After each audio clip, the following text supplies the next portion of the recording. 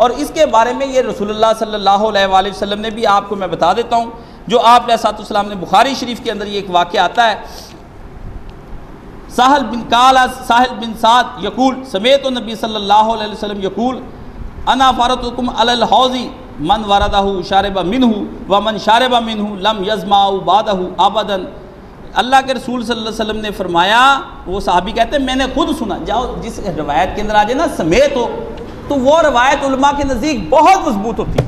एक तो होता है हद्दासाना, हजूर ने फरमाया, या इस तरह काला कहा हजूर ने, नहीं, एक कहता है मैंने इन कानों के साथ सुनी, मैं हजूर के पास बैठा था, आप अलैहिस्सलाम की मजलिस में मौजूद था। सहाबी नक्शा एक लफ्ज़ ही बोलता है कि समेत हो, उससे पता चल जाता है कि ये सहाबी भी हाज़िर था, सरकार भी वहाँ मौजूद थे, और मजमा आम में इसके और रसूल के दरमियान कोई और वास्ता नहीं था, ये डायरेक्ट रसूलुल्लाह सल्लल्लाहु अलैहि वसल्लम को सुन रहा था। ये बड़े बुलंद दर्जे की हदीस होती, अखीर दर्जा इसका होता है कि ये इसमें कोई शक व शुबा रहता ही नहीं भी इसकी कोई तावील कर सके। तो वो यहाँ पर क्या कहता है, आपने फरमाया मैं हौज़े कौसर पर तुमसे पहले पहुँच जाऊँगा, यानी उम्मत अभी पीछे ही हिसाब देती होगी, अल्लाह पहले ही भेज देगा सरकार दो आलम सल्लल्लाहु अलैहि वसल्लम, फैसले हो जाएंगे उधर ही, हजूर पहले पहुँच जाएंगे हौज़े कौसर पर, सरकार दो आलम, मैं पहुँच जाऊँगा, जो शख्स वहाँ आएगा वो उसमें से पिएगा, और जो उसमें से पिएगा वो फिर कभी प्यासा नहीं होगा, कभी प्यासा नहीं होगा। नबी पाक सल्लल्लाहु अलैहि वसल्लम ने फरमाया। लोग पूछते हैं फिर जन्नत के अंदर पानी और ये सब चीज़ें क्या हैं? भाई ये जो लोगों के जहन में है कि वहाँ पर जो फिर जब प्यासा ही नहीं होना तो वहाँ दूध की शहर की नहरें किस लिए? सारे काम पीने पिलाने प्यास से मुतल्लक नहीं होते, अक्सर चीज़ें लज्जत के लिए भी होती हैं। बंदा कहता है पहले एक चीज़ पीता है बड़ी मज़ेदार है, कहता है ये दूसरा भी चेक कराओ, ये भी पीता है बड़ा मज़ेदार। जन्नत लुत्फ़ को दुबाला करने के लिए बनाई जाएगी, जन्नत इसलिए नहीं बनानी क्योंकि आपकी बुनियादी ज़रूरियात पूरी करने के लिए अल्लाह पाक है, नहीं, वहाँ नेमतों लुत्फ़ और मज़ों की दुनिया है। इसलिए जन्नत के अंदर के सामान की जो कोई भी हकीकत हो ना, आपको कोई पूछे फिर बाद में हौज़े कौसर के बाद क्या, उसे बेवकूफ़ तुझे कब कहा कि हौज़े कौसर के बाद नबी अलैहिस्सलाम ने फरमाया प्यास लगेगी तो जन्नत में लोग पानी पिएंगे। वहाँ तो लज्जतों की दुनिया होगी, मौज मस्ती की दुनिया, एक पिया दूसरा पिया चौथा खाई जाओ, इतना पेट भर जाएगा, फिर पसीना आएगा ख़त्म, पेशाब पखाना भी नहीं करना, बिल्कुल हल्का फुल्का बंदा हो जाएगा। जैसे एक बंदा वाक करने के बाद आप देखते नहीं वो किस तरह हल्का फुल्का, दुनिया के अंदर अल्लाह ने छोटे छोटे नमूने रख दिए हैं। पेशाब पखाना किए बगैर भी बंदा बिल्कुल नॉर्मल हो जाता है, जब ग़िज़ा पूरी तरह हजम हो जाती है तो हम देखते बंदा नॉर्मल हो जाता है, हाजत ही कोई। अल्लाह ने वहाँ से अंदर से सब कुछ ख़त्म, उसी शय को हुक्म दे देना कि अब ये बदबू दार शय बनने की बजाय खुशबूदार बन जाए। मालिक का हुक्म है, जो मर्जी कह दे किसी शय को, कोई शय जब है ही मालिक तो फिर वो नौकरों को जो मर्जी हुक्म दे जाए, नौकरों का तो बात है उनका हुक्म मानना, आगे अल्लाह के सामने सर झुकाना। इसलिए ये बात कभी जहन में ना लेकर आए ये कैसे होगा तो वो कैसे होगा, ये बिल्कुल अहमकाना सवाल है जो आदमी भी करता है। कैसे होगा को छोड़ दें, होगा कि नहीं होगा ये तुम्हारे रब के कुदरत में है। अल्लाह की सिफते कुदरत का इनकार वो करता है कि अल्लाह कादिर नहीं रहा। जो बंदा ये कैसे होगा ये बेवकूफ़ है, तूने अल्लाह की सिफतों में से सिफते कादिर को समझा ही कुछ नहीं कि तेरा रब हर शय पर कादर है। अल्लाह ने ये थोड़ी कहा कि ये जहान ही मैं चला रहा हूँ, अल्लाह ने कहा अगर सर्कल इस तरह चल रहा है ना तो सर्कल इस तरह भी चल सकता है।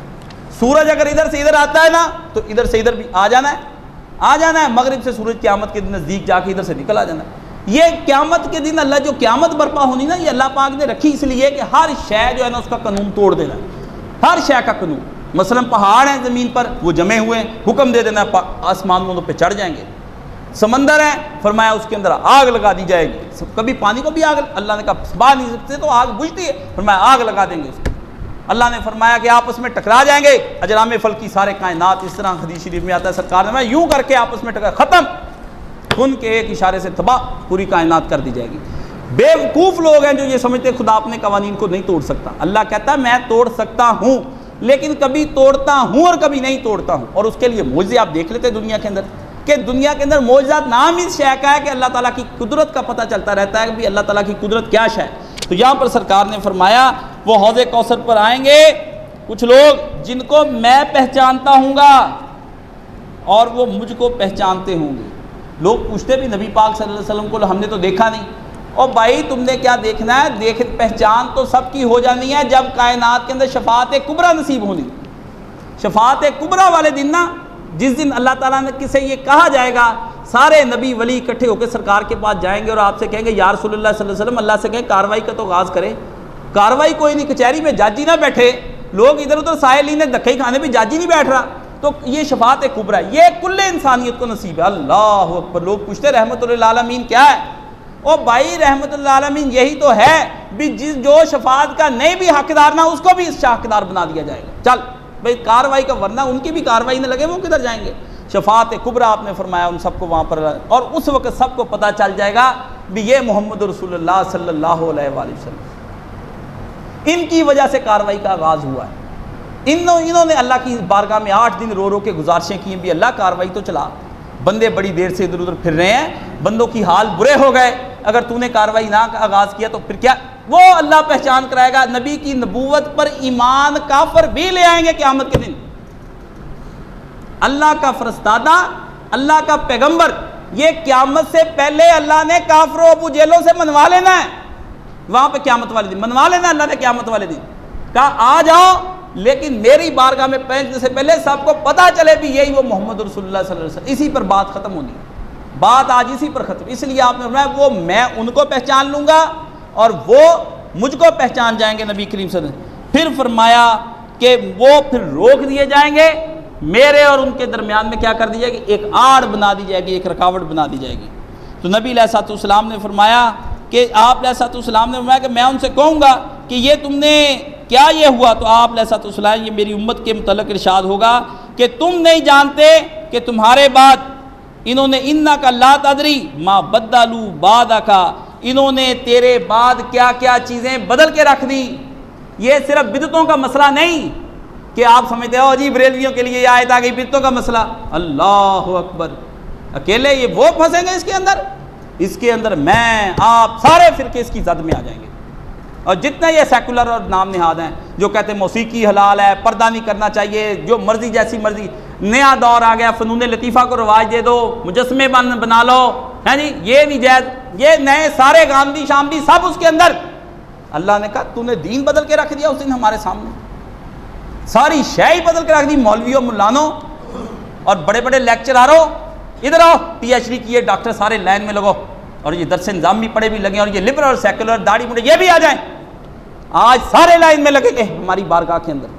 किस तरह तुम लोगों ने, किसी ने जदीदियत के नाम पर लूटा और किसी ने कदीमियत के नाम पर लोगों को लूटा। किसी ने जदीद इस्लाम लोगों को सिखाना चाहा, किसी ने मॉडर्न इस्लाम लोगों को सिखाना चाहा। कोई कहता था इस्लाम का नाम ये रख दो तब लोगों को कबूल कर लो जी, तब रखेंगे तुम। अल्लाह ने कहा सारे लाइन में लगो। ये अकेले मौलवी नहीं लगने, मौलवी उलमाए कराम को दरसे निज़ामी के पढ़े नहीं, वो जो कॉलेज और अलीगढ़ के यूनिवर्सिटी और ऑक्सफोर्ड के और इधर ग्लासगो यूनिवर्सिटियों से पढ़े ना, वो भी तक लिए जाने, सारे अल्लाह की बारगाह में आ जाएंगे। 2 जमातें पढ़ा भी उधर आ जाएगा, जाहल मुल्ला भी वहां पर आ जाएगा, जाहल आदमी भी आदमी भी लाइन में लग जाएगा, जो अब भी खुद ही घर बैठे ही फलसफे करते रहते हैं भी मैं ये समझता हूँ इस्लाम ऐसा है। तेरा समझना, और तेरा समझना क्या, तुझे तो अपनी समझ नहीं कि तू खुद क्या शय है, तू किस तरह अल्लाह के दीन के बारे में कहता है। मेरा समझना ये है। कोई बंदा इस बारे में आप अपने ज़हन में रख लें, और मैं तंबीहन आप सबको ये अर्ज़ करता हूँ भी कोई बंदा अपने ज़हन से कोई बात ना करे जब तक कि प्यारे पैगंबर सल्लल्लाहु अलैहि वसल्लम का कोई कौल और सलफ़ का फ़हम ना पीछे उसके हो। कोई बंदा मैं ये समझता हूँ ये इस तरह हुआ होगा, मेरे जहन में आ गया, तुम्हारे जहन में कैसे आ गया दुनियादार कुत्ते के? तुमने तो कभी आज तक पूरा कुरान मजीद खोल कर नहीं पढ़ा, कभी पूरी बुखारी शरीफ खोल कर नहीं पढ़ी भी नबी। और किसी के, मैं कहता हूँ कम से कम ज़िंदगी में एक दफ़ा कुरान मजीद और एक दफ़ा बुखारी शरीफ तो ख़त्म करनी चाहिए।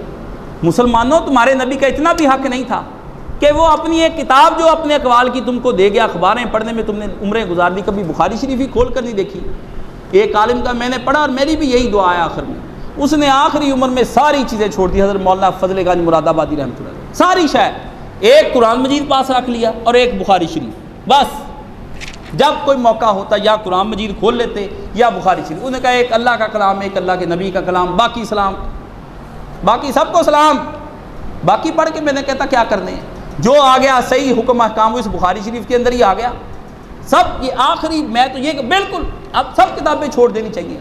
ये बुखारी शरीफ, ये अल्लाह का कलाम, 2 पढ़े और इसको समझने की आलम से पूरी कोशिश करे भी ये आयत अगर रवायत कहीं आई है तो इसके बारे में मुझे समझा दें, चलो मैं फ़हम लेने की आए। और एक ही आयत चले हमसे, मैं 20 लोग कहता भी कोई हमें भी ठीक कर दे, हम भी बात, मैं खुद अपनी इस्लाह के लिए बैठा रहता हूँ भी कोई बंदा आए मुझसे सवाल पूछे, कोई रवायत कोई आयत लेकर आए, चलो मैं भी दोबारा बुखारी शरीफ बचपन की पढ़ी अब दोबारा खोल के देख लूँ, भी यार इस आयत का रवायत का कोई नया मफहूम भी तो हो सकता है जो ये बंदा बता रहा है। आलिम की भी तहकीक अवाम ही करवा देती है बाज़ का, लेकिन अफसोस किसी के पास वक्त ही नहीं है। किसके पास है सरकार दो आलम सल्लल्लाहु अलैहि वसल्लम की बातें पढ़ने का। तो हुजूर ने फरमाया उस वक़्त तुम पूछोगे मेरी उम्मत के मतलब कैसे, तुम नहीं जानते, ला तदरी माँ बदलू बादक, तेरे बाद इन लोगों ने क्या बताया, फ़ाकूलू सोहकन सोहकन लिमन बदला बादी, ए अल्लाह दूर हो जाएं ये लोग जिन्होंने मेरे बाद दीन को बदल कर रख दिया है। माज़अल्लाह हज़रत को बिदत के नाम से नफ़रत, ये सुनते हैं कि उन लोगों ने दीन की नई बातें निकाली या दीन की असल बातों को बदल कर दूसरी बातें इख्तियार कर लीं। आप सल्लल्लाहु अलैहि वसल्लम को गुस्सा आ जाएगा, पहले तो शफ़क़त थी या यूँ इरशाद हो दूर हो। मुसलमानों, इस हदीस से तुम समझ सकते हो कि हमारे पैगम्बर सल्लल्लाहु अलैहि वसल्लम का दस्ते शफ़क़त किन मुसलमानों पर है। उन्हीं मुसलमानों पर जो हर बात में सुन्नत की पैरवी करते हैं और बिदत पर चलने वाले कितनी ही नेकी और इबादत करें सब बेकार है। जब क्या हज़रत नाराज़ हुए तो हम अपनी इबादत लेकर क्या करेंगे, चाटेंगे या खाक में झोंकेंगे। हम लोगों को तो ये कोशिश करना चाहिए एतकाद और अमल दोनों में सलफ़ सालिहीन यानी सहाबा और ताबीन के तरीक़ पर रहे, और जो बातें नई एतकादात में आई उन सबको छोड़ दें और अपने पैगम्बर की शफ़क़त और अनायत हमको दरकार रहे। ये मौलाना वहीदुज़्ज़मान लिखते हैं, ये भी मौलाना इसहाक़ ही थे अपने दौर के, इनको भी छोड़ा कोई नहीं, ये भी वही जो अक़ीदे ना अहले बैत वाले, इनके भी वही अक़ीदे। अब अहले हदीस कहते हैं हम इनको नहीं मानते तुम मानो या ना मानो। मौलाना मरहूम फरमाते एक वक्त आ जाना है, मैंने कही जाना ये फ़लाने ने लिखी, तुमने कहना हम इसको नहीं मानते, बड़ा ने लिखी इसको नहीं मानते, कहते फिर एक वक्त आ जाना है, मैंने कहना तुम्हारा बाप ही कोई नहीं रह गया। वो अल्लाह बख्शे वही इस तरह की बात कहते, फिर कोई मानना पड़ेगा जिसके सलफ़ पर चलना पड़ता है। तो ये नई बातें बिदतें नहीं होती, नई बातों के नए फ़लसफ़े घड़ना तेरे बाद बदल दिया, बिदत का लफ्ज़ नहीं आया, बदल दिया, ऐसी दीन की शक्ल और हैत पेश कर दी भी बंदा हक्का बक्का रह गया, यार ये भी बातें इसके अंदर हैं। तो इसके बारे में ये बड़ी ज़बरदस्त है। रोविया फ़ीमा मान अन उमर रज़ी अल्लाह अन्हु खुशून निफ़ाक़न तराल जसद खाशियन वल क़ल्बु लैसा बिखाशिन। हज़रत उमर फ़ारूक रज़ी अल्लाह ताला अन्हु ने एक बहुत प्यारा मक़ूला कहा इसके बारे में। उन्होंने कहा ये है खुशून निफ़ाक़न तराल, तू देखेगा कि ज़ाहिर में वो बंदा बड़ा लरसता है, रोता है, अल्लाह से डरता है, लेकिन फरमाया वल क़ल्बु लैसा बिखाशिन, उसका कल्ब कोई नहीं अल्लाह से डरने वाला है। अंदर झांक कर देखे भी मैं अंदर इस वक्त जो जंग लड़ रहा हूँ, जो बहस बासे में पड़ गया हूँ या जो मैं काम कर रहा हूँ, तो वो फरमाया ये क्या है। और इसी तरह रोवियान्ना काल अल मिंबर, एक दफ़ा तुमने इसी तरह फरमाया इन्ना वफ़ा मा खाफ़ु अलैकुमुल मुनाफ़िकुल अलीम, मैं सबसे ज़्यादा अलीम पढ़े लिखे मुनाफिक से डरता हूँ। अस्तग़फिरुल्लाह रब्बी मिन। सरकार ने फरमाया अगर किसी के कल्ब पर इल्हाम हो ना अल्लाह की तरफ से, वो कल्ब उमर रज़ी अल्लाह ताला अन्हु, बड़ा फ़हीम आदमी, हुज़ूर सल्लल्लाहु अलैहि वसल्लम बड़ा एतमाद करते। हज़रत उमर ने तो इस्लाम को ऐसे कायम किया हुआ था ना, किसी की जुर्रत ही किसी मुनाफिक की भी पड़ी उनके दौर में। हज़रत उस्मान की नरमियों से लोगों ने फ़ायदे उठा लिए सारे। वरना हज़रत उमर ने कहा कि मैं अलीम मुनाफिक से बहुत डरता हूँ। अलीम बहुत पढ़ा लिखा हाईली क्वालिफाइड बंदा कहता क्या गुफ्तगू, क्या हाँ तकरीर तहरीर में ये नशा हो गया। कैफ़ा यकूनुल मुनाफिक अलीमा, उन्होंने फरमाया तो मुनाफिक अलीम किसको कहा जाता है हज़रत? काला यतकल्लमु बिल हिकमा अस्तग़फिरुल्लाह रब्बी मिन कुल्लि ज़ंबिन व अतूबु इलैह अल्लाहुम्मा ला तजल। आपने फरमाया बात करे बड़ी हिकमत वाली दिनाई, बंदे मान जाए भी कमाल ही होगा यार, बातें कमाल की दिनाई की कर गया बंदा। ऐसी हिकमत वाली बात पहले कभी सुनने में नहीं आई। ऐसी परवेज़ किताबें लिख गया, ये जो पढ़ता है ना उसकी किताबें कहता है यार अदब की इंतहा कर गया और कलम तोड़ गया परवेज़। मन माना दीन जो उसने जी चाह उसके अंदर बना लिया। आपने फरमाया यतकल्लम बिल हिकमा, बात करे ऐसे प्रोले मोती, मज़े आ जाए। तहरीर लिखने पे आया तो कलम टूट गई।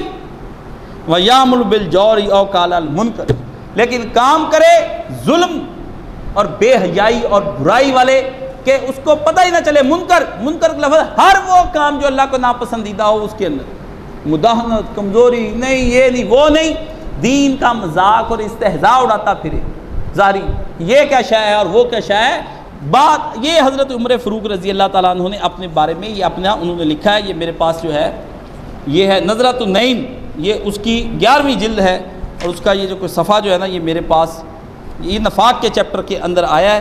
5625 के ज़िमन में उसने ये बात लिखी। ये अजीब बातें मतलब, इसलिए नफाक कोई ऐसी शय नहीं भी इसका जल्दी पता चल जाए। नफाक का कोई पता नहीं कब दिल के अंदर आ जाए, कब आके अंदर बैठ जाए, कब ये अंदर ही अंदर अपना काम कर जाए और आपका ईमान सारा लपेट लपाट के वो गया, निकल गया, भाग जाता ये फिर हाथ में नहीं आता बंदे के। अल्लाह से पनाह मांगनी चाहिए। अल्लाहुम्मा इन्नी अऊज़ुबिका मिनर रियाई वन नफाक, ऐ मेरे रब मुझे दिखावे से और नफाक से मुआफ़ फरमा, उसको अपनी पनाह में ले ले मुझे। ये हर नमाज के अंदर आपको मुझे दुआ करनी चाहिए। अल्लाह ताला हमें इन नफाक की चीज़ों से मामून और महफूज रखे। और जदीद नफाक के जो फितने हैं जो टीवी पर आकर आपको मुझे बैठे गुमराह कर रहे हैं, वो चुप करके सलफ़ सालेहीन के साथ लग जाएं। कोई शय आपकी बिगड़ी हुई नहीं है जी। इस्लाम को जदीद इज्तिहाद की ज़रूरत है, इस्लाम को जदीद निज़ाम की ज़रूरत है, किसी शय की इस्लाम को ज़रूरत नहीं है। इस्लाम उतना ही आज अपडेट है जितना नबी करीम सल्लल्लाहु अलैहि वसल्लम के दौर में अपडेट था। सीधी बात, कोई नई शय इस्लाम को चाहिए ही नहीं, कुछ नहीं चाहिए इस्लाम को। ना आप कहते वो नया फ़लसफ़ा पढ़ाएं, कोई हमको कहता है यूरोप का फ़लसफ़ा ला के पढ़ाएँ, कोई कहता है हमें उनके साथ, कुछ नहीं चाहिए इस्लाम को। इस्लाम को मोहम्मद रसूलुल्लाह सल्लल्लाहु अलैहि वसल्लम का फ़ेल चाहिए, कौल चाहिए, वो किताबों के अंदर पहले से मौजूद है। ना आपने जो इस दौर के अंदर नया इस्लाम लेके आना, जो पिछले बंदे थे वो किस किस्म का हजूर को कहेंगे, उनको पुराना इस्लाम कौन सा चाहिए था। जो नई इजादा जब नहीं हुई थी या नए मसले नहीं हुए थे, उनको सवाल क्यों आया। हमें तो हलाकू खान ने लूट लिया उस 250-300 साल में। मुझे बताएं उस वक्त तक तो कोई काफिर भी हम पे नहीं चढ़ा था। उस वक्त क्या हुआ था मुझे बताएं ना आप। जब 30 साल बाद खिलाफत बदल के रह गई, उस वक्त क्या हुआ था, सारा कुछ ही मौजूद था। कौन सी शय, वो शय ढूंढनी पड़ेगी। अगर आप ये कहें ना कि ये करें हम वो करें, ये किताबें पढ़ाएं, कोई कुरान मुश्किल नहीं है, कुछ भी नहीं है। बस हुआ क्या कि ये अंदर से ना ईमान जाता रहा, इसकी जगह नफाक आ गया, वो आके अंदर बैठ गया है। अब अपना दिल नहीं करता। सीधी बात है, ये पंखा भी बंद हो जाए ना, यकीन जाने कल्ब के अंदर एक कराहत आ जानी भी, यार नमाज पढ़नी मुश्किल हो जानी है। आप ज़रा सोचे, सरकार ने फरमाया, हदीस में आता है, सहाबा कराम कहते हैं मस्जिद नबवी में सफ़ें भी नहीं होती थी। हम सर रखते ना तो कंकरियों के ऊपर सजदा करते, उन कंकरियों की गर्मी से ये हमारे माथे जल जाते थे। ये पंखा ही बता देता है कि हम कहाँ पर खड़े हैं। छोटा सा पंखा यही हाल हाल मच जाती है, हालांकि साए में बैठे हैं लेकिन हाल हाल मच जानी। इस्लाम के बारे में, तरह तरह की नमाज के बारे में एक राहत पैदा हो जानी भी, यार ओए होए कि क्या पंखा बंद हो गया, नमाज कैसे पढ़नी। ये अंदर ईमान ख़त्म हो गए। कैसे हालात हो जाए। सहाबा कराम ने देखा नहीं कि उन्होंने फिर कुरान मजीद में हुक्म दिया कि फिर तो मुसलमानों की एक जमात ऐसी होनी चाहिए जो मैदान जंग में नमाज अदा करने के लिए आगे बढ़ती चली जाए कुव्वत के साथ। वो पहली रकत पढ़ के पीछे वाले ये आगे चले जाएं, वो पढ़ के फिर पीछे आ जाए। सलातुल खौफ यही इस तरह नमाज के अल्लाह ने कहा इस तरह पढ़ के वापस 2 रकतें पढ़े, एक वो है रखिए। जंग जाने जा रही, गर्दन पे छुरियां फिरने वाली थोड़ी देर के बाद अल्लाह ने कहा ओ ऐसे में फ़राइज़ की गफलत नहीं होनी चाहिए, बंदे घर में ही गफलत हो रही है। तो पता चल गया नफाक जो है इसका ताल्लुक इंसान की आसाइश के साथ बहुत ज़्यादा है। इंसान जब आसाइशों में आ जाता है ना, फिर वो बेअमल सा, मुदाहनत, कमज़ोरी, बुज़दिली, काहली, सुस्ती। फ़ोन किया मैंने, यार आ जाओ दरसे कुरान है। हाँ जी बस मैं निकलने वाला था, वो मोटर ख़राब हो गई हैं, फिर गाड़ी ख़राब हो गई, फिर बच्चे की तबीयत ख़राब हो गई, और कुछ नहीं तो फिर किसी के यहाँ फौतगी हो गई। पता था बाहर धूप है, इस धूप में कायद साहब बुला रहे खाम खाई। कुरान मजीद का नफाक और सहल पसंदी बिल्कुल जुड़वा बहने। जब बंदे अब बिल्कुल ताकतवर होगा कि मैं सहल पसंदी नहीं, मजबूती के साथ आगे बढ़ना, फिर वो एसी वाली गाड़ी छोड़ देगा, अपना ऑफिस छोड़ देगा, अपना सारा कुछ छोड़ छाड़ के वो अल्लाह के दीन के लिए काम करेगा। ये मुसलमानों को कुछ नहीं हुआ, मुसलमानों को बहुत सहल पसंदी आ गई। अब जब सहल पसंदी आएगी नफाक आएगा। सहाबा कराम ने, अल्लाह ने कहा नबी अभी बुला ले इनको कहा चलो तबूक के अंदर मेरे साथ वहाँ पर।